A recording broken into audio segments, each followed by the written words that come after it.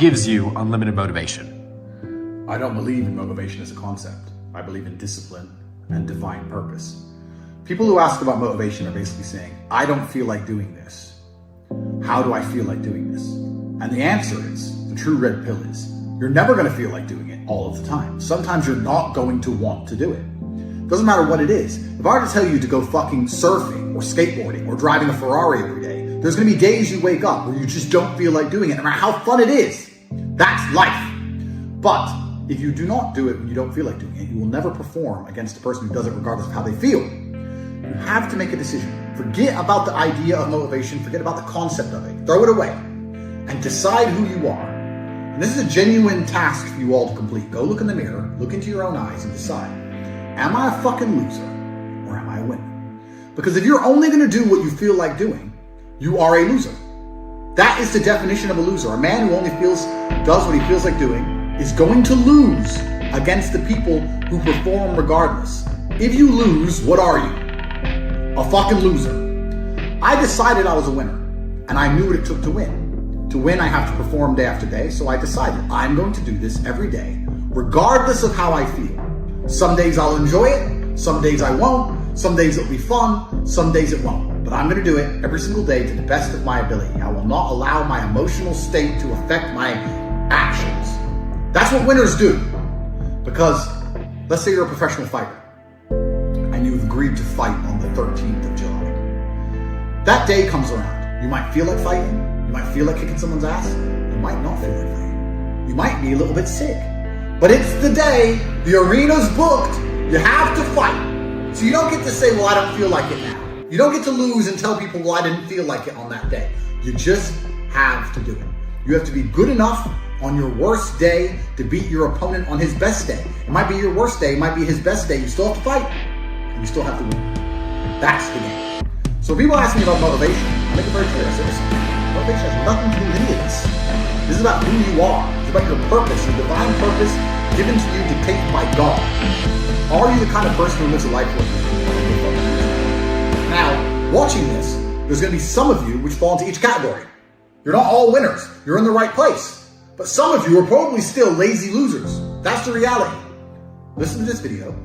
Take 10 minutes out of your life. Go look in the mirror. Look yourself deep in the eyes. Look at yourself and decide, are you a fucking loser? Because if you're a fucking loser, you can go read and watch a bunch of shit about motivation to try and convince yourself to do a little bit of work.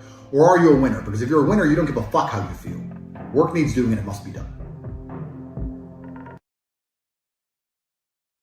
What do you say to young men who come to you for advice, who feel lost, who don't really know where they fit into society? I say that life as a man is exceptionally difficult.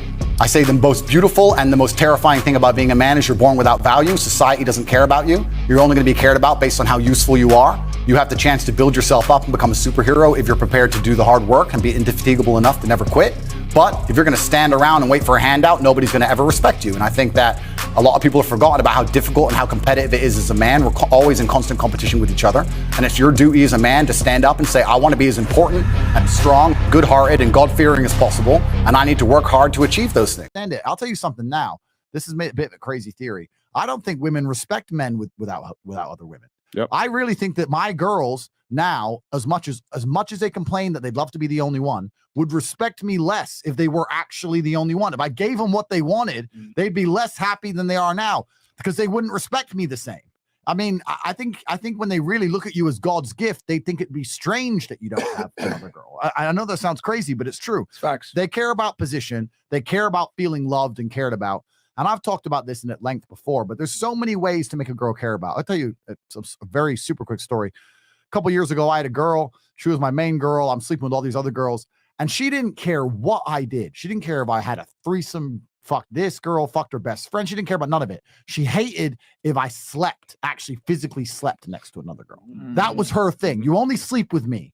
I get to hug you while you sleep. That's what I want. You can bang anything, you can jizz anywhere, but please can you sleep next to me? And what she was doing is she was changing her mind, so she had a new way to determine her status as opposed to sexual exclusivity, right? And if you can find something, if you can show them something so they can look in their mind and say, well, I know I'm the one because I get this, Now you can come up with 5 different things for 5 different bitches, but that's the basic game. Waller nailed it. That's the basic game. It's really not that hard.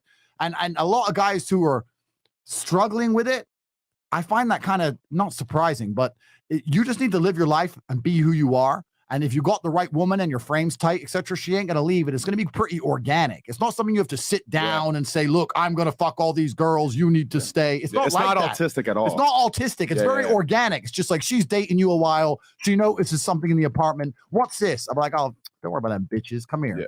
Right? It's just some hoe. It's some hoe. Yeah. And you just famoose it. Yeah. That's the game.